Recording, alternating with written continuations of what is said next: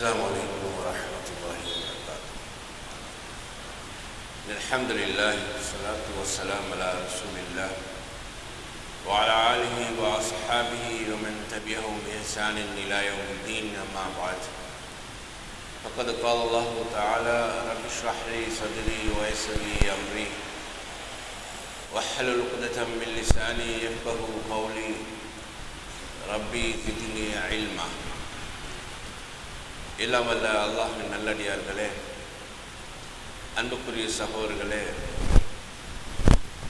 அல்லாஹ்வுடைய மஸ்ஜிதிலே அவனுக்கு விருப்பமான அவனது வணக்கத்தை நிறைவேற்றிவிட்டு அவனது மார்க்கத்தை அதன் தூய்மையான வடிவில் விளங்க வேண்டும், செயற்பட வேண்டும் என்ற ஆசையோடு ஆர்வத்தோடு நாம் எல்லோரும் இந்த இடத்திலே ஒன்று கொள்ளிருக்கிறோம்.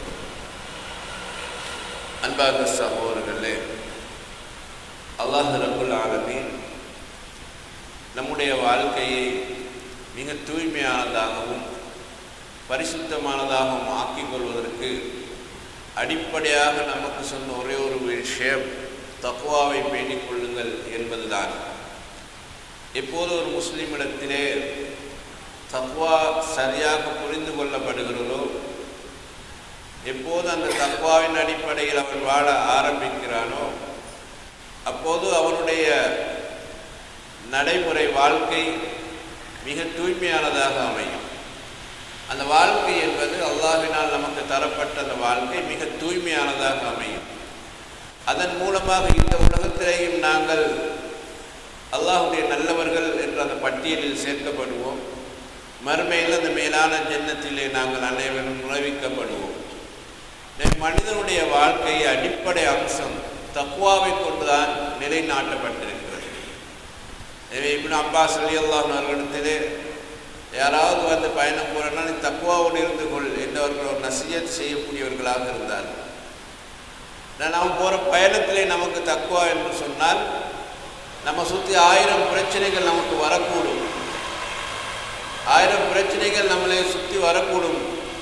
ஆனால் அந்த பயணத்தின் பிரச்சனையை எதிர்கொள்வதல்ல முக்கியம். அந்த பயணத்தில் நம்முடைய ஈமானுக்கு பாதிப்பான இந்த காரியம் வந்துவிடாமல் இருப்பதுதான் முக்கியம்.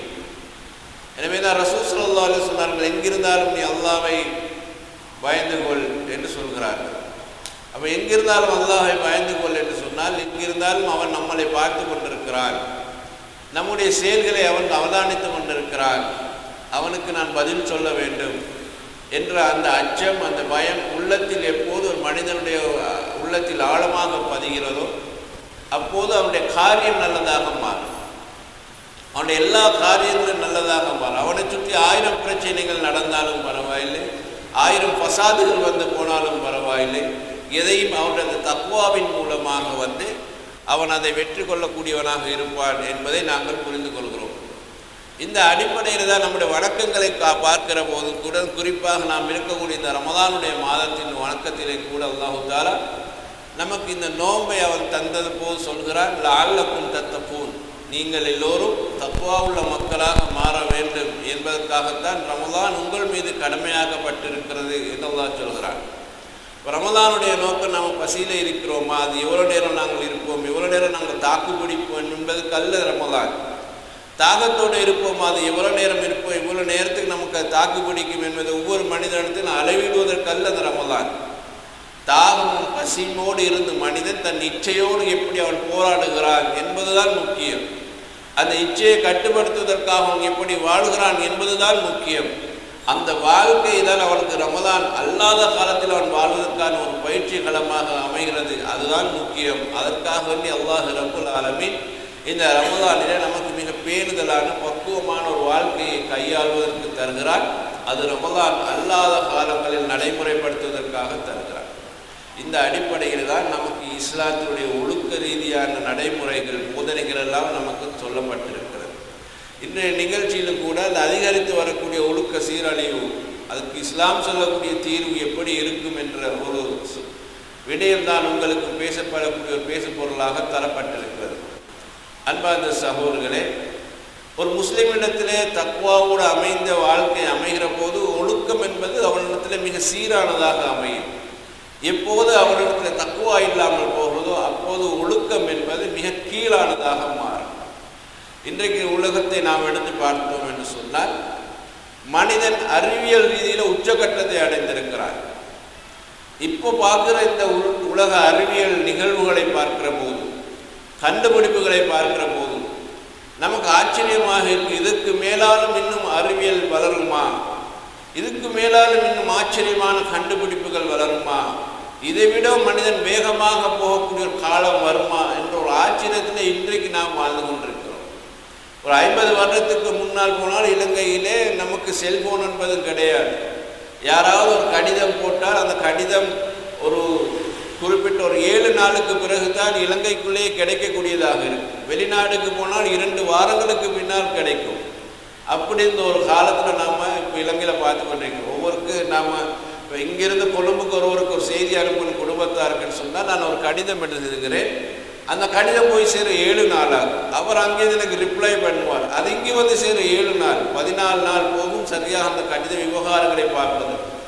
அவன் இங்கிருந்து வெளிநாடு கடிதம் அனுப்பினால் அவருக்கு 14 நாளைக்கு பிறகு அங்கே அவருக்கு போகும். அதுக்கு பிறகு அவர் இங்கே அனுப்புவார். ஒரு மாதத்துல தான் ஒரு மனிதன் ஒரு விவகாரத்தை புரிந்து கொள்வதற்குரிய கால நேரம் இருந்தது.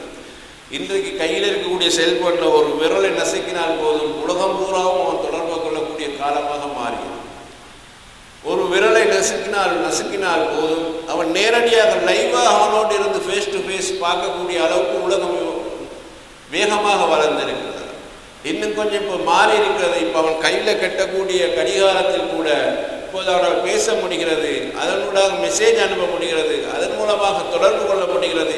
இன்னும் ஒன்றுதான் குறைவு, இந்த ஃபோனில் நாங்கள் பார்ப்பது போல லைவாக பார்ப்பது இன்னும் வரல, அதுவும் சீக்கிரமாக வந்துவிடும். அப்படி வந்தேன்னு சொன்னால் மனிதன் இந்த ஃபோனை தூக்கி கொண்டு அலைய மாட்டாங்க. எல்லோரும் கை கடிகாரத்தை கட்டி கொண்டு தான் அலையக்கூடிய ஒரு காலமாக மாறும். இருக்கிற இடத்துல இருந்து நேரம் பார்ப்பது போல் மனிதன் முகம் பார்த்து பேசக்கூடியதாக அந்த காலம் மாறும். இப்படி வேகமாக மனிதனுடைய அறிவியல் வளர்ச்சி வளர்ந்து கொண்டிருக்கு. எல்லா துறையிலும் எடுத்துக்கொண்டால் பிரமிக்க வைக்கக்கூடிய அளவுக்கு மனிதனுடைய ஆராய்ச்சிகள் வளர்ந்து கொண்டிருக்கிறது. பாலைவனமாக இருக்கக்கூடிய மத்திய கிழக்கு பகுதிகளை நாங்கள் பார்த்தால் ரசூலுல்லாஹுடைய காலத்தில் பாலைவனம், எங்குமே மரங்கள் இருக்காது, தண்ணீர் கிடைக்காது. வாகனம் என்று சொன்னால் ஒட்டகங்கள் அல்லது குதிரை, கோவேறு, கழுதையில பயணிக்கக்கூடிய வாகனங்கள்.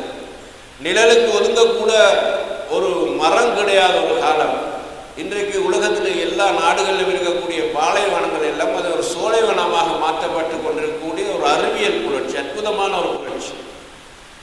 சாதாரணமாக எங்களுடைய ஊர்களிலே வயல்களுக்கு இடையே நாம் வரம்புகளுக்கு இடையே நடந்து போவது போல இன்றைக்கு அந்த பாலைவனங்களும் விவசாய பூமிகளாக மாற்றப்பட்டு கொண்டு அந்த வரப்புகளுக்கு இடையில நடந்து போகக்கூடிய அளவுக்கு உலகம் மாறிக்கிற அவ்வளவு மனிதன் கண்டுபிடிக்கிறான். இந்த பாலைவனத்தை நம்ம என்ன செய்யலாம், இது எப்படி பயன்பாட்டுக்கு எடுக்கலாம்னு மனிதன் கண்டுபிடிக்கிறான். எனவே இன்றைக்கு அரபு நாடுகளையோ அல்லது பாலைவனங்கள் இருக்கக்கூடிய நாடுகளை நாங்கள் பார்த்தால் அது ஒரு காலத்தில் பாலைவனமாக இருந்ததுக்கு எந்த அடையாளமும் இல்லாத அளவுக்கு உலகத்தில் மனிதனுடைய அறிவியலின் மூலமாக அதை கண்டுபிடித்து அதையெல்லாம் சோலைவனமாக ஆக்குகிறான். நாங்கள் போவதென்று சொன்னால் விண்வெளிக்கு மனிதன் போவானா என்பது 1970 ஒரு காலப்பகுதியில் அப்போதான் இவன் போயிருக்கிறானாம, நிலவில் கால் வைத்திருக்கிறானாம என்று ஆம்ஸ்ட்ராங் போனதை பற்றி நாம் சின்ன வயசில் கேள்விப்பட்டிருக்கோம். எல்லாரும் ஆச்சரியப்பட்டார்கள். அதை எப்படி கீழே இருந்து ஒரு வானத்துக்கு ஒரு மனுஷன் போவானாம், நிலவில் இறங்கினானா, ஆம்ஸ்ட்ராங் முதலாவதாக கால் பதித்தானாம் என்று சொல்லும்போது நமக்கு சின்ன வயதில் எல்லாரும் கூடி உட்கார்ந்து சிரிப்போம். இன்னைக்கு மனிதன் இருக்கிற இடத்துல இருந்து எப்படி ரொக்கெட்டை அனுப்புகிறான் என்பது பார்க்கிற போது புதுனமாக இருக்கு, ஆச்சரியமாக இருக்கிறது. அதுக்கான அனைத்து சாதனங்களையும் அவன் மிக நேர்த்தியாக கண்டுபிடித்திருக்கிறான். மேலே செல்ல செல்ல செல்ல ஒரு மனிதனுடைய உயிர் மேலே போகிற போது அடைக்கக்கூடியதாக மாறும். அப்போ அதற்கேற்ற வாயுகளை கண்டுபிடித்து அதற்கேற்ற வாகன ஏற்பாடுகளை செய்துவிட்டு மனிதன் நிலாவில் போய் இறங்குகிறான். அந்த ஆய்வினுடைய உச்சகட்டம் என்ன, அங்கு தண்ணீர் இருக்கிறதான்னு தேடி பார்க்கிறான். அங்கு மனிதன் அங்கு வாழ முடியுமா, அந்த நிலப்பகுதி அங்கு இருக்கிறதா என்று விஞ்ஞானிகள் இப்போது அந்த ஆய்வில் தான் இறங்கியிருக்கிறார்கள். ஆய்வு எப்படி போயிருக்கிறதா, நிலாவுக்கு போனால் மனிதன் வாழலாமா, தண்ணீர் இருக்கிறதா என்று நிலாவிலே மனிதன் போய் ஆராய்ச்சி செய்கிறான். இன்றைக்கு உலகம் அதற்காக வேண்டிய அறிவியல் ரீதியில் போட்டுக்கொள் நான் தான் ஒரு முன்னேற்றம் அடைந்த நாடு என்று காண்பிப்பதற்கு நிலாவுக்கு ராக்கெட் அனுப்புவதற்கு எல்லா உலக வல்லரசுகளும் போட்டி போட்டுக் கொண்டிருக்கின்றன. 70ஆம் ஆண்டுகளில் 80ஆம் ஆண்டுகள் இதை பார்த்து நாம் எல்லாம் சிரித்தோம். ஆனால் இன்றைக்கு அவன் சிந்திக்க வைக்கிறான், அங்கு சாதித்தும் காட்டியிருக்கிறான். ஒவ்வொன்றை நாம் எடுத்து பார்த்தோம்னு சொன்னால் ஒரு துரித கதியில் மனிதனுடைய அறிவியல் ஆராய்ச்சி முன்னேற்றம் என்பது கண்டுபிடித்து கொண்டே போகிறான். ஆரம்ப காலத்துல எல்லாம் வாள்களாலும் வில்லுகளாலும் மனிதனை கொல்வதற்கு ஆயுதமாக பயன்படுத்துகிறான். இன்றைக்கு துப்பாக்கியை பயன்படுத்துகிறான். அந்த துப்பாக்கி எப்படி தாண்டி போய் இருக்குதுன்னு சொன்னால் அணுகுண்டை போட்டால் ஒரு நாட்டை அழிக்கலாம் என்ற அளவுக்கு அவன் ஆய்வு கொண்டு போய் சேர்த்தான். ஹிரோஷிமாவிலே குண்டு விழுகிற வரைக்கும் அணு ஆயுதம் எப்படி இருக்கும் என்று யாருக்கும் தெரியாது. ஹிரோஷிமாவிலே 2ஆம் யுத்தத்தின் போது அமெரிக்கா குண்டு போட்ட போதுதான் அணுகுண்டினால் இவ்வளவு பெரிய ஒரு அழிவை கொடுக்கலாமா என்று மனிதன் சிந்திக்கிறான். இன்றைக்கு வரைக்கும் அந்த ஹிரோஷிமாவிலே ஜப்பானில் போடப்பட்ட அந்த 2 அணுகுண்டுகளால் அந்த நாட்டு மக்கள் அந்த பகுதியில் இருக்கக்கூடியவர்கள் இன்னும் ஆபத்துகளை சந்தித்து கொண்டிருக்கிறார்கள். மனிதன் அறிவியலை கண்டுபிடித்து இப்படி ஒவ்வொரு வகையான நிலையிலே அவன் யோசிக்க ஆரம்பித்திருக்கிறான். எந்த துறையை எடுத்துக்கொண்டாலும் அறிவியல் என்பது நாளுக்கு நாள் முன்னேற்றம் அடைந்து கொண்டு போகிறது. இந்த முன்னேற்றத்தில் மனிதனுடைய செயல்பாடு எப்படி போகுது என்று நீங்கள் பாருங்கள். மூசா அலைஹிஸ்ஸலாம் ஃபிரௌனிடத்தில் வந்து அல்லாஹை பற்றி எடுத்து சொல்கிறார்கள். அல்லாஹ் ஒருவன் இருக்கிறான், நீ நம்பிக்கொள்ள வேண்டும். பனு இஸ்ரவேலர்களை நீ அடிமையாக வைத்திருக்கிறாய், அவர்களை என்னிடத்தில் நீ அனுப்பிவிட வேண்டும், அவர்களை விடுதலை செய்ய வேண்டும் என்று ஒரு சமூகத்தினுடைய விடுதலைக்காக மூசா அலைஹிஸ்ஸலாம் போராடுகிறார்கள். ஒரு ஈமானிய கொள்கைக்காக மூசா அலைஹிஸ்ஸலாம் போராடுகிறார். ஆனால் ஃபிரௌன் என்ன சொன்னான்? ஆனா ரப்புக்கும் அலா, நான் தான் கடவுள் என்று அவன் ஒரு கொள்கையை உருவாக்கி வைத்திருந்தான். அந்த கொள்கைக்கு அவன் தீன் என்ற ஒரு பேரும் வைத்திருந்தான். மக்கள் மத்தியில் அதை வைத்து அவன் குழப்பத்தை விட்டு மூசா உங்களுடைய இந்த தீனுக்கு எதிராக புதிய ஒரு தீனை கொண்டு வந்திருக்கிறார் என்று கூட அவன் பேசினான். அப்ப அவனுடைய கொள்கை பிரகாரம் ஆனா ரப்புக்கும் அலா என்று அவன் தான் கடவுள், மற்ற எவனுக்கு கடவுள் கிடையாது. அல்லாஹ் எங்க இருக்கிறான்னா மூசா அலைஹிஸ்ஸலாம் அல்லாஹ் வானத்து மேலே இருக்கிறான்னு சொன்னார். அப்போ உடனே ஃபிரௌன் ஆமானை கூப்பிட்டு யா ஹாமான் இப்னி ஸர்அ லஅல்லி அப்லுகுல் அஸ்பாப் ஸமாவாத்தி வல் அர்ஃப் ஃபஅத்தல் இலாஹி மூசா. ஆமானே ஒரு பெரிய ஒரு கட்டிடத்தை கோபுரத்தை கட்டு, எதுவரைக்கும் இந்த பூமியிலிருந்து வானம் வரைக்கும் ஒரு கட்டிடத்தை கட்டு, நான் அதில் ஏறி மூசாவுடைய ரப்பு அங்கு இருக்கிறாரான்னு நான் தேடி பார்க்க வேண்டும்.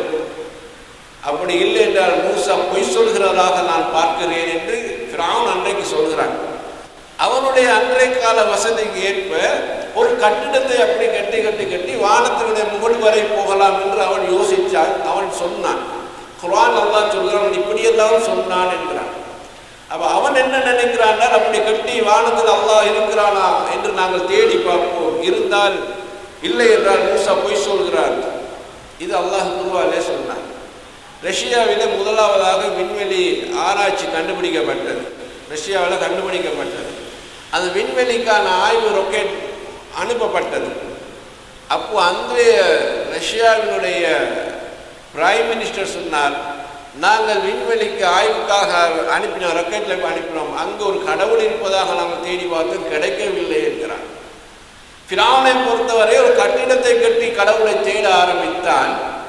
இவர்கள் அறிவியலை பயன்படுத்தி ஒரு ராக்கெட்டை அனுப்பி கடவுளை தேட ஆரம்பிக்கிறார்கள். ஃபிரௌனுடைய காலத்தில் தொழில்நுட்பம் இல்லாத காலம், ரஷ்யாவுடைய வளர்ச்சி அடைந்த காலம், தொழில்நுட்பம் வளர்ச்சி அடைந்த காலம். ஆனால் காலத்தில் வித்தியாசமானாலும் மனிதனுடைய அறிவை பார்த்து ரெண்டும் உண்டாகத்தான் இருக்கிறது.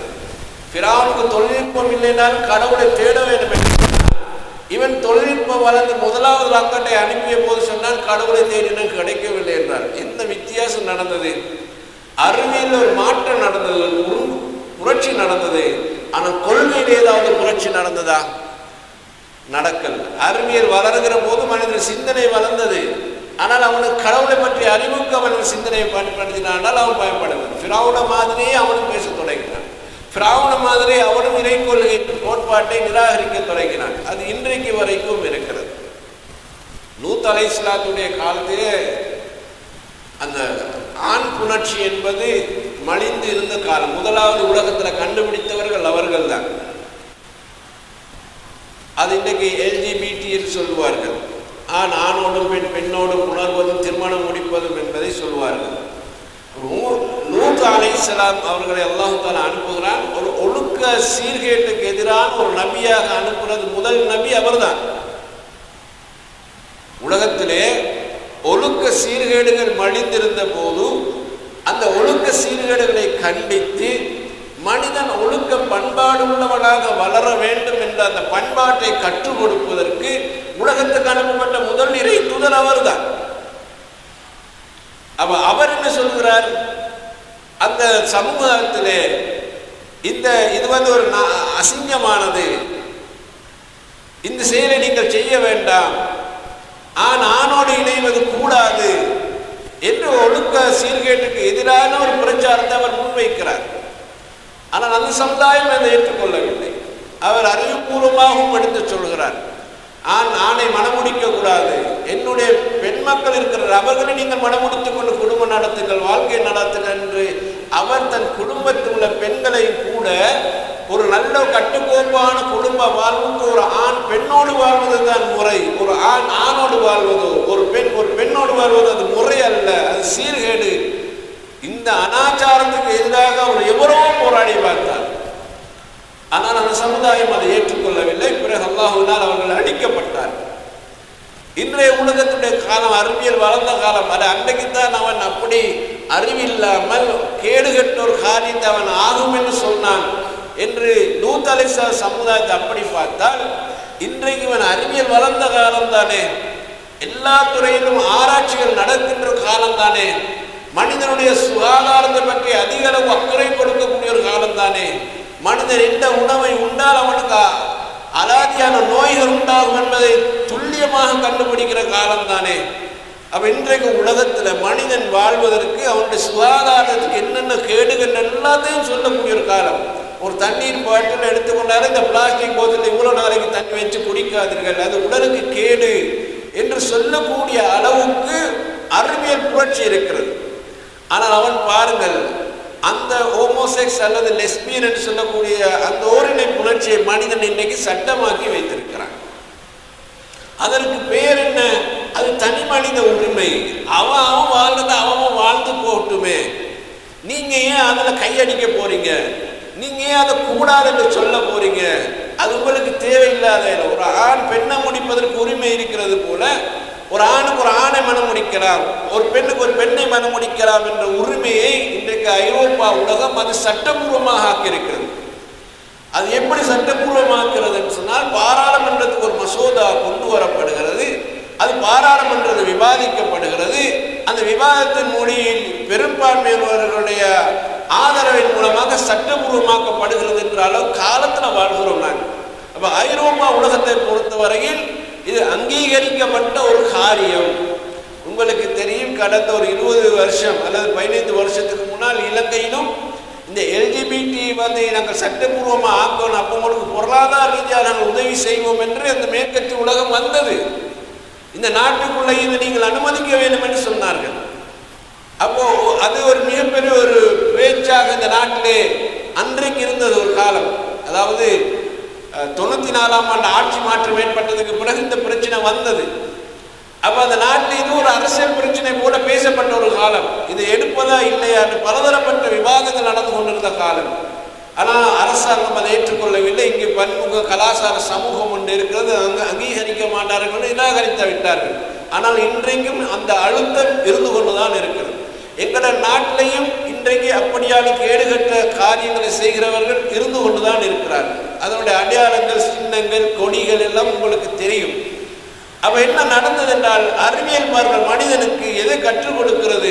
ஒழுக்கத்தை கற்றுக் கொடுக்கல. அறிவு வளர்ந்தாலும் ஒழுக்க சீர்கேடு என்பது தமக்கு தேவை என்ற அடிப்படையிலே அதை அவன் அமைத்துக் கொண்டிருக்கிறான். ஆயிஷா ரலியல்லாஹு அன்ஹா அவர்கள் ஜாஹிலிய காலத்தில் இருந்த திருமண முறை பற்றி சொல்லுகிறார்கள். 4 வகையான திருமண முறை ஜாஹிலியா காலத்தில் இருந்தது என்று சொல்கிறார்கள். முதலாவது திருமணம் என்றால், ஒரு ஆண் ஒரு பெண்ணை பேசுவது, அவனோட முறையாக பேச்சுவார்த்தைகள் நடத்துவது, அவனுக்கு உரிய மகரை கொடுப்பது, மனம் முடிப்பது என்று இருக்கக்கூடிய ஒரு திருமணம் அன்றைக்கு இருந்தது என்று ஆரம்ப காலத்தை சொல்கிறார்கள். இரண்டாவது எப்படி இருந்தது என்று சொன்னால், கணவன் மனைவியாக வாழக்கூடியவர் தன்னுடைய மனைவி ஹைலிலிருந்து தூய்மை அடைந்ததற்கு பின்னால் அவளை அந்த சமூகத்திலே மிக கண்ணியம் உள்ளவன், அந்தஸ்துள்ளவன் என்று சொல்லக்கூடிய ஒருவனத்தில் மனைவி அனுப்பி வைப்பான். அனுப்பி வைத்து அவனோடு கொஞ்ச காலம் அவள் உறவு கொள்ளுவாள்.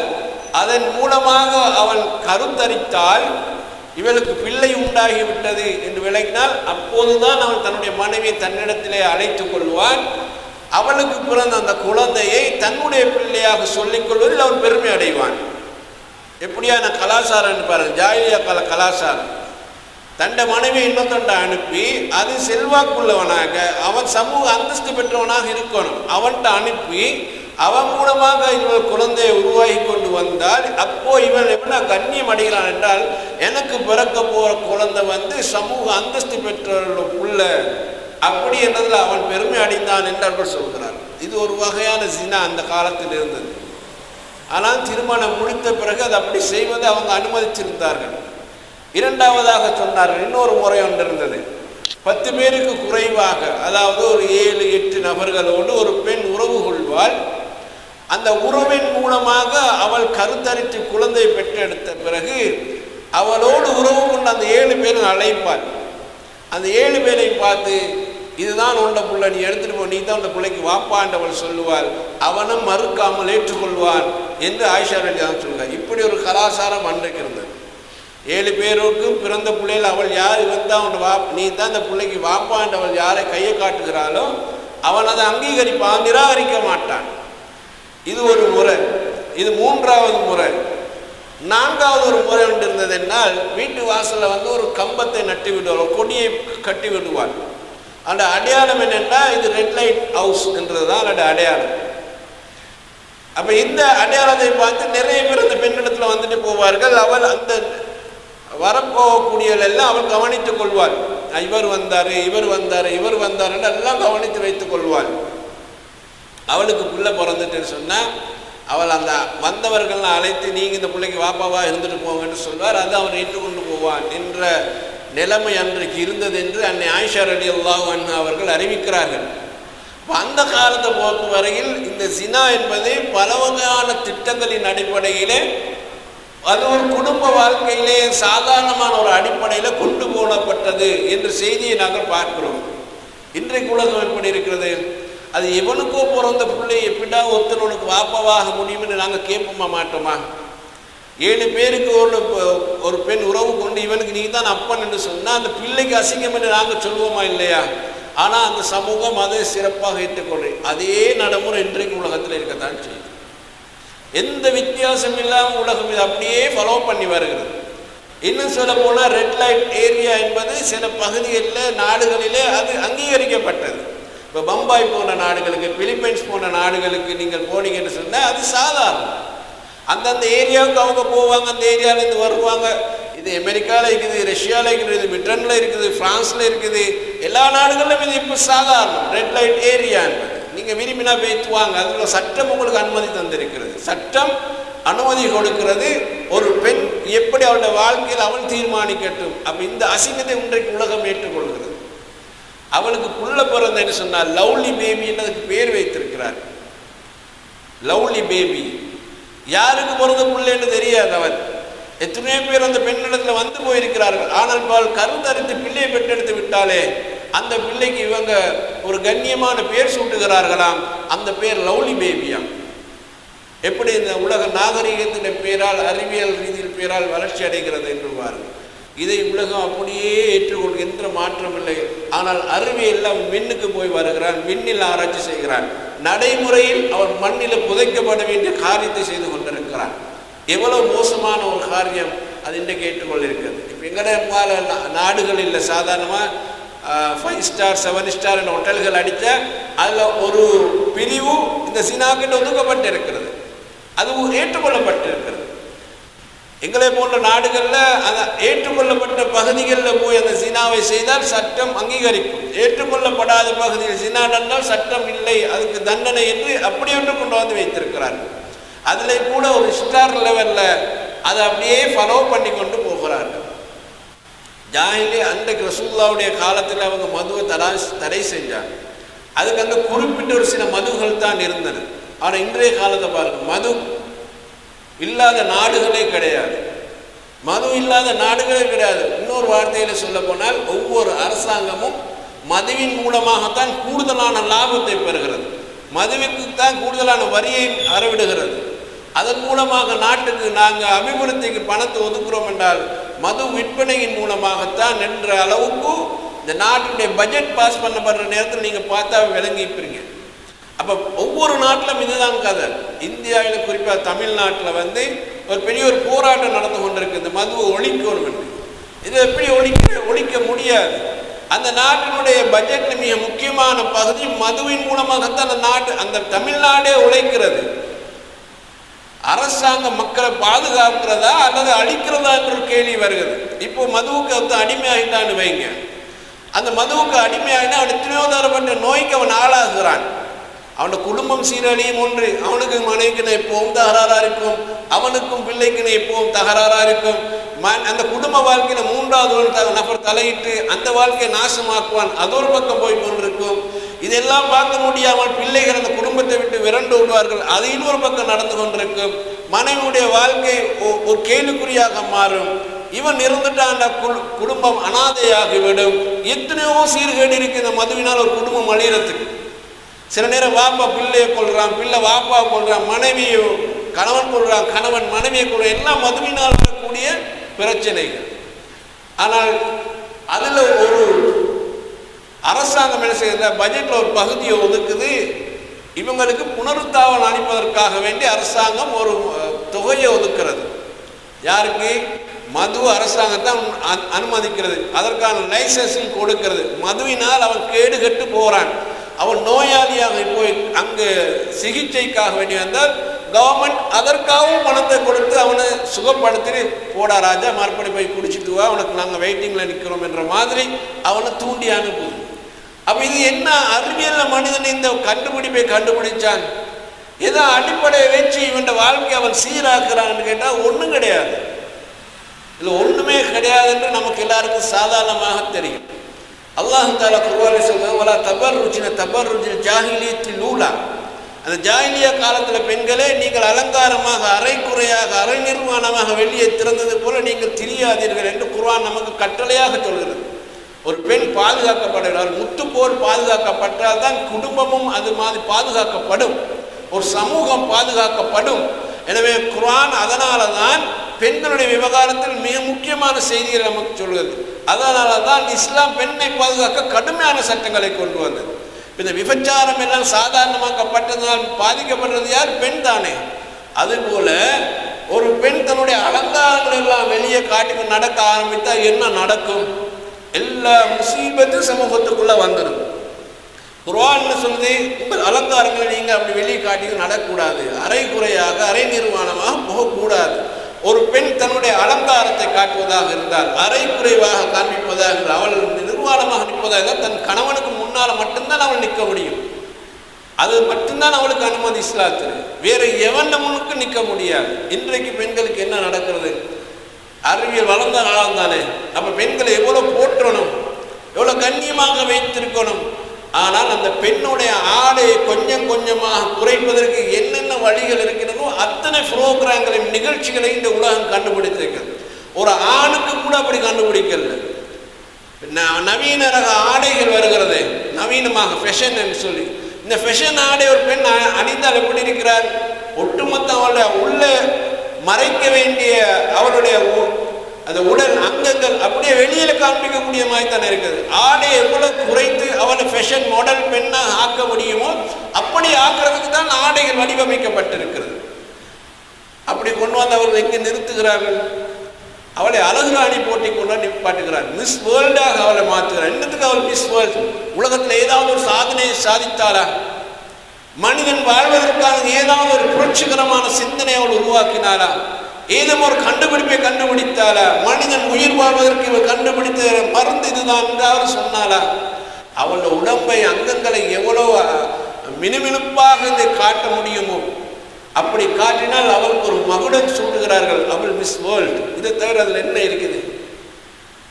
அழகுராணி போட்டி என்று சொல்வது இதை தவிர அவளுக்கு என்ன இருக்கிறது? அவள் இதை தவிர வேறு எதை சாதித்திருக்கிறாள்? அவள் முழுமையாக தன்னை அலங்கோல அரைக்குறை நிர்வாணங்களாக முழுமையாக நிர்வாணமும் ஆகி ஏதோ அந்த போட்டியின் சில போது 4-5 கேள்விகள் கேட்பார்கள். அந்த கேள்விகள் சரியா பதில் சொன்னதுனாலையும் அவளோட அழகு சரியாக வெளிப்படுத்தப்பட்டதுனாலையும் அவள் முதலாவது மிஸ் வேர்ல்ட ஆக்கப்படுகிறாள். அதுக்கு பிறகு அவளுக்கு எத்தனையோ கான்ட்ராக்ட் வரும்.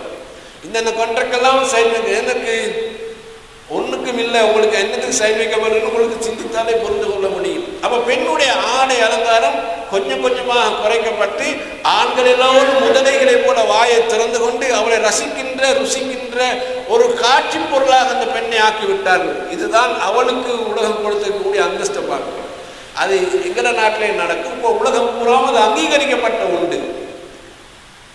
சினிமாவை எடுத்துக்கொண்டால் ஹாலிவுட் என்பது ரெண்டுக்கு இடையில ஒரு போராட்டம். இந்த ரெண்டுல என்ன சாதித்திருக்கிறார்கள்? எவ்வளவுக்கு பெண்ணை கொச்சையாக பேச முடியுமோ, அவளுடைய ஆடை குறைப்பை காண்பிக்க முடியுமோ, அவளை ஒரு ஆணோடு கதாநாயகனோடு ஹீரோவோடு அவளுக்கு எந்த அளவு ஆடை குறைப்புகளோடு சில காட்சிகளில் இப்படியெல்லாம் நடிக்க வைக்க முடியுமோ, அதுக்கான பாடல்களை கொண்டு வர முடியுமோ, அதற்கான வசனங்களை அமைக்க முடியுமோ, அதற்கான கவிதைகளை கொண்டு வர முடியுமோ, அதற்கான இரட்டை அர்த்தங்களை தர முடியுமோ, அதுக்கு தான் அவளை பயன்படுத்தி இருக்கிறார்கள். அதுல அவளுக்கு போடக்கூடிய குத்தாட்டம் அதுக்கென்று அவளுக்கு தனியாக பணம் கொடுக்கப்படுகிறது. அப்ப சினிமா ஹாலிவுட் அல்லது பாலிவுட் என்பதன் மூலமாகவும் அவளை ரசிக்கின்ற அனுபவிக்கின்ற ஒரு பண்டமாக ஆக்கி வைத்து விட்டார்கள். அது அப்படியே இந்த கலாச்சாரம் மாறி இருப்பாங்க. தபருஜுல் ஜாஹிலியத்துல் ஊலா என்பது இன்றைக்கு வித்தியாசமான கோணத்தில் வந்து நிற்குது. இப்போ உலகத்தில் பாருங்க, வேலண்டைன்ஸ் டே பிப்ரவரி மாதம் வந்தால் காதலர் தினம். இதனால உலகத்தில் ஏதாவது நடக்க போகுதா? எத்தனையோ உலகத்தில் சர்வதேச தினங்கள் கொண்டாடப்படுது. காதலர் தினம் என்பது எதற்கு? ஒரு ஆணும் பெண்ணின் தனிமையில் ஒன்று கூடுவதற்கும், 2 முட்களும் 12 மணிக்கு ஒன்று சேர்க்கும் போது 2 உடல்களும் சேருவதற்கும் என்ற மாதிரி தான் அந்த கலாச்சாரம் உருவாக்கப்பட்டிருக்கிறது. இதனால் குடும்பத்துக்கு ஏதாவது லாபம் இருக்கிறதா? இந்த தினத்தினால் சமூகத்துக்கு ஏதாவது லாபம் இருக்கிறதா என்றால், நிறைய வாப்பா இல்லாத பிள்ளைகளை பெற்றவர்களும் கற்பை இழந்த பெண்களும் நாசமாக போன சிந்தனையும் இந்த சமுதாயத்துக்குள் விதைக்கப்படுகிறது. இதனால் சமுதாயத்துக்குள்ள ஒழுக்க ரீதியான ஏதாவது வளர்ச்சி கிடைக்கிறதா என்றால் கிடைக்கிறது. பொதுவாக மேற்கத்திய உலகத்தில் இன்றைக்கு அவங்க 6ஆம் ஆண்டு பிள்ளைகள் பாடசாலைக்கு போகிற போதே சொல்லிக் கொடுத்துருவார்கள். அதாவது அங்கெல்லாம் செக்ஸ் எஜுகேஷன் என்று ஒன்று இருக்கிறது. அது இன்னும் பாலியல் கல்வி, அதில் எப்படி ஒரு ஆண் பிள்ளை நடக்க வேண்டும், ஒரு பெண் பிள்ளை நடக்க வேண்டும் என்ற செக்ஷுவல் எஜுகேஷன் என்பது அங்கே மேற்கத்திய உலகத்தில் நடைமுறையை கொண்டு வந்திருக்கிறார். எங்களோட நாட்டில் இன்னும் அது வரையில்லை. இப்போ அங்கே ஒரு சாதாரணமாக அவங்களோட கலாச்சாரம் மாறி போயிட்டு பீச்சுக்கு போகிறதுனால ஒட்டுமொத்த ஆடையை காட்டிட்டு வெயிலில் போய் உட்கார்ந்து கொள்வார்கள். அதற்கெல்லாம் அவங்க ஏற்பாடு இருக்கிறது. சனி ஞாயிறு வந்தால் அவர்கள் போவார்கள். அதற்கேற்ற மாதிரி தாயும் அப்படித்தான் உடுப்பார். தன்னுடைய 10 வயசு பெண் பிள்ளையும் அப்படித்தான் உடுப்பாட்டுவார். ஆணுக்கு ஏதோ சின்ன ட்ரௌசரை போட்டுக்கொண்டு கொண்டு போவார்கள். எல்லாம் அந்த இடத்துல அவங்க சாதாரணமாக சூடி போகிறது. அவங்களோட கலாச்சாரம் அப்படி மாறி அது எங்கே போய் முடியுதுன்னா, தாய் தன் மகனுக்கு சொல்கிறாள், நீ யாரோட போனாலும் பரவாயில்லை, கருத்தடையை பயன்படுத்த மறந்து விடாது. முக்கியமான இம்பார்ட்டன்ட் அட்வைஸ். தன் தாய் தன் மகனுக்கு சொல்ற அட்வைஸ். இது சாதாரணமாக மேற்கத்திய உலகத்திலே கல்வி கற்கக்கூடிய மாணவ மாணவிகளிடத்தில் இருக்கக்கூடிய ஒன்று. நாங்கள் பென்சில் புத்தகம் ரேசர் வச்சுக்கொள்கிற மாதிரி அவங்க கருத்தடையை மாத்திரைகளையும் அந்த உரைகளையும் வைத்துக் கொள்கிறார்கள். அவங்களுக்கு வந்து டேட்டிங் ஒன்று இருக்கிறது. அந்த டேட்டிங்கில் அவர்கள் வேணுமானால் போகலாம் வரலாம். எவ்வளோ பெரிய ஒரு சீரழிவான ஒரு கலாச்சாரம். இப்போ இவங்களுக்கு பிறக்கக்கூடிய குழந்தைகள் எப்படிப்பட்டதாக இருக்கும்? அதனால தான் வாப்பா இல்லாத குழந்தைக்கு லவ்லி பேபி என்று பெயர் வைத்தார்கள். அதை அரசாங்கம் தத்தெடுத்து வளர்க்கிறது. இப்போ யார கையில் இந்த சமூகத்தில் ஒப்படைக்கப்படுது? அரசாங்கம் பொறுப்பெடுக்கிறது. அரசாங்கம் பட்ஜெட்டில் இருந்து பொறுப்பெடுக்கிறது. இப்போ நான் உழைச்சா நானும் அந்த பிள்ளைக்கு கட்டணும், நீங்கள் உழைச்சா நீங்களும் கட்டணும். இது யார் ஏழை பிள்ளைக்கு அரசாங்கம் செலவழிக்குதா? இல்லை, எவனுக்கும் பிறந்த பிள்ளை. ஏதோ ஒரு கலாச்சாரம். பிறந்த பிள்ளைக்கு அரசாங்கம் பொறுப்பெடுக்கிறது என்றால் உலகத்துடைய ஒழுக்க சீரழிவு எந்த அளவுக்கு போய்கொண்டிருக்கிறது என்று நீங்கள் பாருங்க. அதான் இன்றைக்கு உலகத்தில் என்பது ஒழுக்க சீரழிவு என்பது நாளுக்கு நாள் குறையாத வண்ணம் ஏதோ ஒரு வகையில் கூடிக்கொண்டு போகுது. இன்னைக்கு எல்லாரோட கையில் இது மாதிரி செல்போன் இருக்குது இல்லையா? இதை ஆக்கத்துக்கும் பயன்படுத்தலாம், அழிவுக்கும் பயன்படுத்தலாம். ஒரு காலம் இருந்தது, மனிதன் தவறு செய்வதாக இருந்தால் தன்னுடைய கிராமத்தை விட்டு வெளியே போய் தவறு செய்வான். யாருக்கும் தெரியாது, எந்த மெசேஜும் கிராமத்துக்கு வராது. இன்றைக்கு மனிதன் இருக்கிற இடத்துல இருந்து கொண்டு, தன்னுடைய அறையில் இருந்து கொண்டு, தான் இருக்கக்கூடிய தனிமையில் இருந்து கொண்டு எல்லா முசீபத்தையும் இந்த ஃபோனில் அவன் செய்து முடிக்கிறான். எல்லா அசிங்கங்களும் அவனுடைய கைக்குள்ளே வந்து ஒரு பட்டனை நசுக்கினால், ஒரு விரலை நசுக்கினால் போதும், அழுத்தினால் போதும், அவன் உலகத்தில் எல்லாத்தையும் பார்க்கவும் முடியும், அவன் விரும்பினதை அவனுக்கு ஆராதனை செய்யவும் முடியும் என்கிற அளவுக்கு நாடு போகுது. ஸ்ரீலங்காவில் ஒரு 4-5 வருஷத்துக்கு முன்னால் வெப்சைட்டில் வந்து ஒவ்வொரு துறையிலும் ஒவ்வொருத்தர்கள் ஆய்வு செய்வாங்க. படிக்கிற ஒரு மாணவனுக்கு விஞ்ஞானம் தேவைன்னு சொன்னால் அது குறிப்பிட்ட விஞ்ஞானத்தை பற்றி அவன் வேர்டில் கொடுத்தானு சொன்னால் அந்த வெப்சைட்டில் அது வரும். அப்போ இந்த ஆய்வு அதில் விளங்கும் என்னென்னா, ஆய்வு செய்திருக்கிறார்கள். அந்த ஆய்வில் கூடுதலாக விஞ்ஞானமும் ஆய்வு நடந்திருக்குது, சமூகவியலை பற்றி ஆய்வு நடந்திருக்கு. ஆனால் இலங்கையில் நடந்தது பாலியல் சம்பந்தமான ஆய்வு தான் அதிகமாக இருந்தது என்று நான் நினைக்கிறேன். 2016 ஆண்டுகளில் மாதிரி அப்போ 2 முறை நாட்டுக்கு அதுதான் முதலிடம் கிடைத்தது. அப்போ செல்போன் அது பரவலாக இல்லாத காலம். அதனால் அந்த காலத்தில் செல்போன் பரவலாக இருக்கவில்லை. ஆனால் இன்றைக்கு செல்போன் இல்லாத வீடுகள் இல்லை, செல்போன் இல்லாத பிள்ளைகள் இல்லை, வாப்பாயிட்ட இல்லைனாலும் பிள்ளைகள் இருக்கக்கூடிய காலம். எல்லாம் மொத்தமாக இதுக்குள்ள அடக்கி வைத்துக் கொண்டிருக்கக்கூடிய காலம். இந்த அளவுக்கு உலகத்தில் மாறி போய் இருக்கிறது. மனிதனுக்கு இது ஒழுக்கத்துக்கு சார்பானதா எதிரானதாக நீங்கள் யோசிச்சு பாருங்க.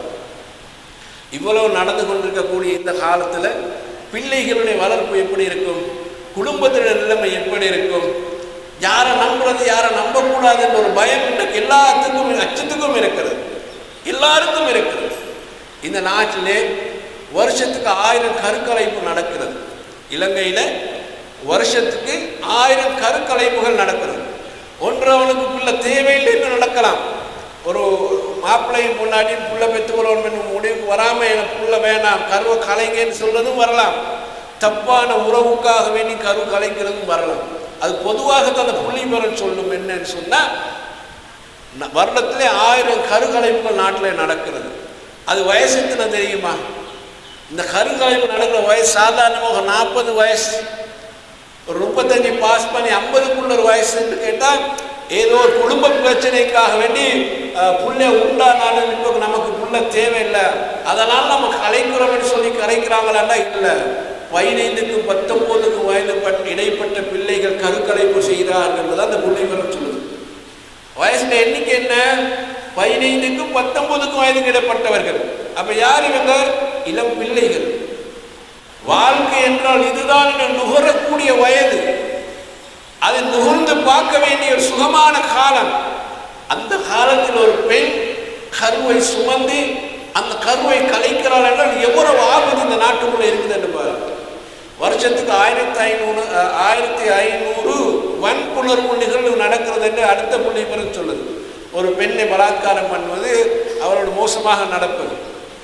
அதில் 273 பேர் இளம் வயது பிள்ளைகள் என்று அந்த புள்ளி பெற சொல்லுது.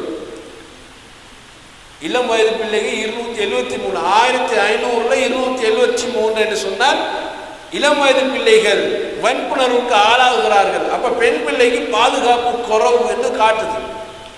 சாதாரணமாக வயது வந்த ஒரு பெண் பிள்ளைக்கு பாதுகாப்பு குறைவு என்று காட்டுது. அது எவ்வளவு பெரிய ஒரு அச்சமான சூழல் யோசிச்சு பாருங்க. 2023ஆம் ஆண்டு பாடசாலை மாணவிகள்ல 163 பேர் மோசமாகி இருக்கிறார்கள். 2024 213ஆக அந்த புள்ளிகள் கூடி இருக்கு.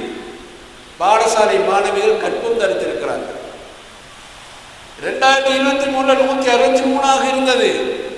2024 213ஆக அதிகரித்திருக்கிறது. குறையல்ல, அதிகரிக்கிறது. பாடசாலை மாணவிகள் யாரு? 16 வயசு உட்பட்ட பிள்ளைகள் தானே, சின்ன பிள்ளைகள் தானே, மலரக்கூடிய வயசுக்குள்ளேயே நசுக்கி போடக்கூடிய காலமாக மாறி இருக்கிறது. இந்த புள்ளிவிவரம் என்ன சொல்லுதுன்னா, படிக்கக்கூடிய மாணவிகளுக்கு நாட்டில் பாதுகாப்பு இல்லை, ஒழுக்க ரீதியான பாதுகாப்பு இல்லை. ஒரு நாளைக்கு 8 பெண்கள் கற்பழிக்கப்படுகிறார்கள் என்று சொல்கிறார்கள் ஒரு நாளைக்கு. ஆனால் இதை விட அதிகமாக இருக்கும் என்றுதான் அந்த மகளிர் விவகார அமைச்சு சொல்லுது. எங்களுக்கு கிடைத்த விவகாரத்தின்படி ஒரு நாளைக்கு 8 பெண்கள் கற்பழிக்கப்படுகிறார்கள். ஆனால் இதை விட கூடுதலாகத்தான் அது இருக்கும் என்று இப்போ நேற்று முன்னாத்து தான் அந்த நியூஸை சொல்கிறார்கள். எவ்வளோ ஒரு நிலைமை மாறி போயிருக்குது என்று பாருங்கள். எங்கட நாட்டில் உலக நாட்டில் எல்லாத்துக்கும் குடி சாதாரண தானே. இந்த குடியினால் கெட்டு போனவர்கள் எங்களை போன்ற அபிவிருத்தி அடைந்து வரக்கூடிய நாடுகள் சொல்லக்கூடிய நாங்கள் தான். இலங்கை அபிவிருத்தி அடைந்து வரக்கூடிய நாடு. அது கியாமத்து நாள் வரைக்கும் இது இப்படி தான் வைப்பானோ தவிர ஒரு நாள் அபிவிருத்தி அடையாது. நம்ம அபிவிருத்தி அடைந்து கொண்டு வர்ற நாடுன்ற பேரில் நம்மளை அழகுபடுத்துவானுங்களே தவிர ஒரு நாள் நம்மளை அபிவிருத்தி அடைந்த நாடாக்க மாட்டானுங்க. அது குறிப்பாக இந்த அரசியல்வாதிகள் செய்ய உதவும் மாட்டானுங்க. அப்போ இந்த நாட்டை பொறுத்த வரையில் ஒரு மனிதன் ஒரு நாளைக்கு 4 லிட்டர் மது அருந்துகிறான். ஒரு நாளைக்கு ஒருவன் 4 லிட்டர் மது அருந்துகிற நாடு இது. அப்போ சாதாரண இந்த நாட்டில் மது அருந்துவது எல்லாத்தையும் தடை செஞ்சாலும் மது அரசாங்கம் தடை செய்தில்லை பாருங்க. 4 லிட்டர் மது அருந்தக்கூடிய அளவுக்கு நாட்டு சூழல் மாறி இருக்குது. அப்போ எப்படி அறிவியல் வளர்ச்சி வருகிறது, மனிதன் பல வகையான கண்டுபிடிப்புகளெல்லாம் கண்டுபிடிக்கிறான். வியக்கத்தக்க அளவில் அவன் கண்டுபிடிப்புகளை உருவாக்குறான். குடிசையிலே வாழ்ந்தவன் இன்றைக்கு மாளிகையிலே வாழ்கிறான். ஒட்டகத்திலே பயணித்தவன் இன்றைக்கு பெரும் பெரும் வாகனங்களிலே பயணிக்கிறான். அன்றைக்கு அரைக்குறையாக ஆடை அணிந்தவன் இன்றைக்கு முழுமையாக ஆடையில வர்ண ஆடைகளை கண்டுபிடித்து வாழ்கிறான். இப்படி ஒவ்வொரு துறையில வளர்ந்து வந்தாலும் அவனுடைய ஒழுக்கம் வரவில்லை. காலம் மாறி இருக்கிறது, காலம் மாறி இருக்கிறது, காட்சிகள் மாறவில்லை. அது மட்டும்தான் இந்த உலகத்தில் நிலையாத ஒன்றாக இருக்கிறது. அப்ப இதனால எல்லா புள்ளி விவரங்களை எடுத்து பார்த்தால் மனிதன் அழிவுக்குள்ளதான் எந்த நாளும் போய்கொண்டிருக்கிறான் தவிர அவனை பாதுகாப்பதற்கு எந்த வழியுமே இல்லாமல் இருக்கிறது. இப்போ இஸ்லாம் என்ன சொல்கிறது என்று சொல்லி நாம் பார்க்கிற போது இஸ்லாம் அடிப்படையிலே நமக்கு அதனால தான் தக்குவாவை சொன்னது. அல்லாஹ் தஆலா ஆதம் அலைஹிஸ்ஸலாத்துடைய வரலாறை நமக்கு சொல்லுகிறான். அவர் சுருக்கத்திலிருந்து வெளியேற்றப்படுவதற்கு காரணம் ஷைத்தானுடைய சூழ்ச்சி, வஸ்வாஸ் தானே காரணம். அப்போ அல்லாஹ் தஆலா சொல்கிறான், லா யஃப்தினன்னகும் ஷைத்தான் யா பனி ஆதம் என்று அல்லாஹ் அழைத்து சொல்கிறான். ஆதமுடைய மக்களே ஒன்றை தெரிந்து கொள்ளுங்கள், ஒரு எச்சரிக்கையாக சொல்கிறான். ஆதமுடைய மக்களே ஒன்றை தெரிந்து கொள்ளுங்கள், லா யஃப்தினன்னகும் ஷைத்தான், ஷைத்தான் உங்களை குழப்பத்தில் ஆழ்த்தி விடாமல் இருக்க நீங்கள் உங்களை பாதுகாத்துக் கொள்ளுங்கள் என்கிறான். எவ்வளவு அழகான ஒரு அட்வைஸ் ஆரம்பிக்கிறான் அல்லாஹ் பாருங்க. லா யஃப்தினன்னகும் ஷைத்தான் கமா அஹ்ரஜ அபவைக்கும் மினல் ஜன்னah, அவன் உங்களுடைய தாயையும் தகப்பனையும் சுருக்கத்திலிருந்து வெளியேற்றினான். அவன் ஒரு குழப்பக்காரன், அவன் ஒரு சூழ்ச்சிக்காரன். அவன் உங்களை அந்த குழப்பத்துக்குள்ள ஆளாக்காமல் நீங்கள் பாதுகாத்துக் கொள்ளுங்கள் அல்லாஹ் சொல்கிறான். அவன் செய்த சூழ்ச்சி அல்லாஹ் தஆலா சொல்கிறான் பாருங்க. என்ன செய்தான்டா, அவங்க 2 பேருடைய அந்த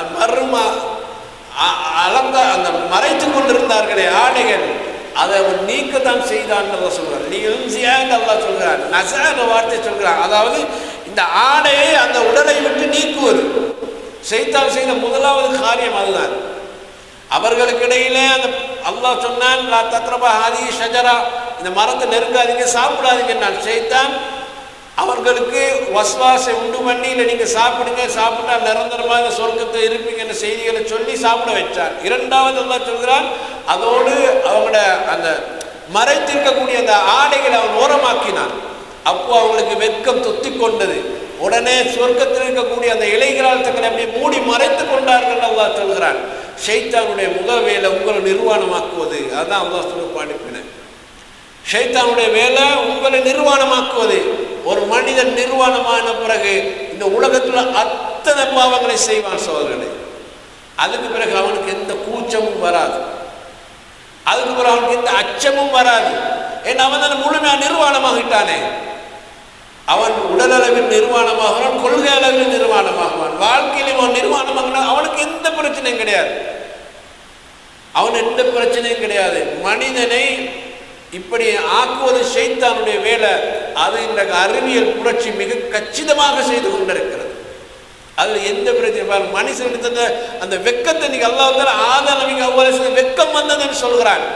இவன் இப்படி ஆடையை அவங்க நீக்கின உடனே அவர்களுக்கு வெக்கம் வந்தது. உடனே அவங்க இலைகளால் தங்களை மறைத்து கொண்டார்கள். இந்த உணர்வு எப்போ மனிதனிடத்தில் இல்லாமல் போகிறதோ அவன் ஒட்டுமொத்த பாவங்களையும் நாகரீகம் என்ற பெயரில் உள்ள உலகத்தில் நிறைவேற்றுவான். அதுதான் இன்றைக்கு வரைக்கும் நிறைவேறி கொண்டிருக்கிறது. அதனால தான் அல்லாஹ் சொல்கிறான், நீங்கள் லிபாஸை எடுத்துக்கொள்ளுங்கள், ஆடையை எடுத்துக்கொள்ளுங்கள். நாங்கள் உங்களுக்கு ஆடையை இறக்கி வைத்திருக்கிறதுக்கு தெரியுமா, அலங்காரத்துக்காகவும் ஆடையை இறக்கி வைத்திருக்கிறோம். அல்லாஹ் ரெண்டு காரணம் சொல்கிறான். ஒன்று அலங்காரத்துக்காக, ஒரு மனிதனாக மதிக்கப்பட்டதுக்கு அவனுடைய ஆடை மிக முக்கியம். அது பர்சனாலிட்டியில் ஒன்று. மனிதன் பர்சனாலிட்டியை பற்றி நிறைய பேசுகிறான் இல்லையா? அதுல ஒன்று அவனுடைய ஆடை முறை. அல்லாஹ் சொல்றான், நாங்கள் அதை உங்களுக்கு அலங்காரமாக தந்திருக்கிறோம். நீங்க ஆடை அணிந்து கொள்ளுங்கள், முறையாக அணியுங்கள், அலங்காரமாக இருங்கள். அதுதான் முக்கியம் என்று அல்லாஹ் தஆலா சொல்கிறான். மனிதனுக்கு அந்த ஆடை என்பது அவனுடைய மானத்தை, மரியாதையை, கண்ணியத்தை கொடுக்கும். அதை நீங்கள் பேணிக் கொள்ளுங்கள் என்று அல்லாஹ் தஆலா ரெண்டு காரணத்தோடு அதை சொல்கிறான். அப்போ ஒன்று மனிதனுக்கு அது தேவை. ரெண்டாவது சொன்னால் லிபாசு தக்வா ஸாலிக கைருல். நீங்க அணிகிற ஆடைகளிலே மிக சிறந்த ஆடை என்ன தெரியுமா? தக்வா என்கின்ற ஆடையில் அல்லாஹ் தஆலா சொல்கிறான். எப்போ ஒரு முஸ்லிம் இடத்துல தக்வா என்று ஒன்று இருக்கிறதோ அவன் தனக்கு மேலால் அணிந்து கொண்ட ஒரு ஆடையாக அல்லாஹ் தஆலா தான் சொல்கிறான். இப்போ நீங்களாம் அணிஞ்சிக்கக்கூடிய ஒரு ஆடையை கலத்தோம்னு சொன்னால் நமக்கு ஒரு வெக்கம் வரும், நாணம் வரும். 4 பேருக்கு முன்னால் நம்ம கலையலாமா? நீங்கள் அணிந்து கொண்டிருந்த ஆடையோட ஒரு பாவத்தை செய்தீங்கன்றால் நீங்கள் முதலாவது தக்வாவுடைய ஆடையை கலட்டி இருக்கிறீர்கள்.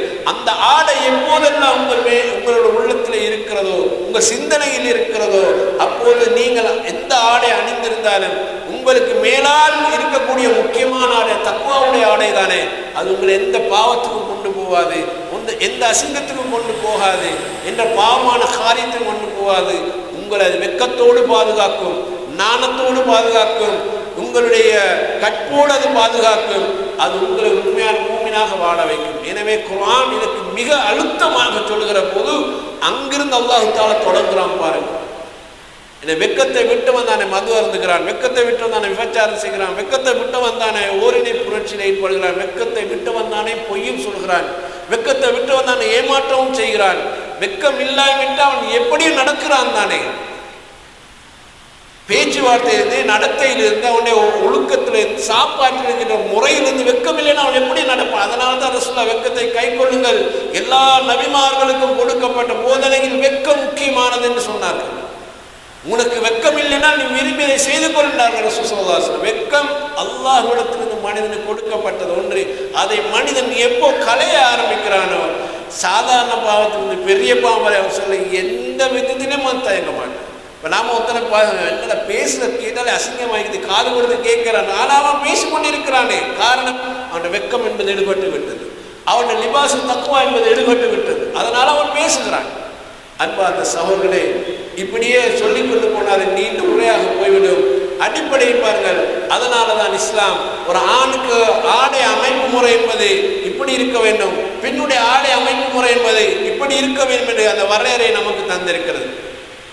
சாப்பிடுகிற போதும் இந்த வரையறை இப்படி பேணி பாதுகாக்கப்பட வேண்டும், அந்த வரமுறையை நமக்கு சொல்கிறது. இப்போ குழந்தை அது வேறு யாராவது வீட்டுக்குள் வருகிற போது அவர்கள் சலாம் சொல்லி கொண்டு வர வேண்டும் என்று வீட்டை பொறுத்தவர்கள் கடைபிடிக்க வேண்டிய அந்த ஒழுக்க முறை இஸ்லாம் நமக்கு சொல்கிறது.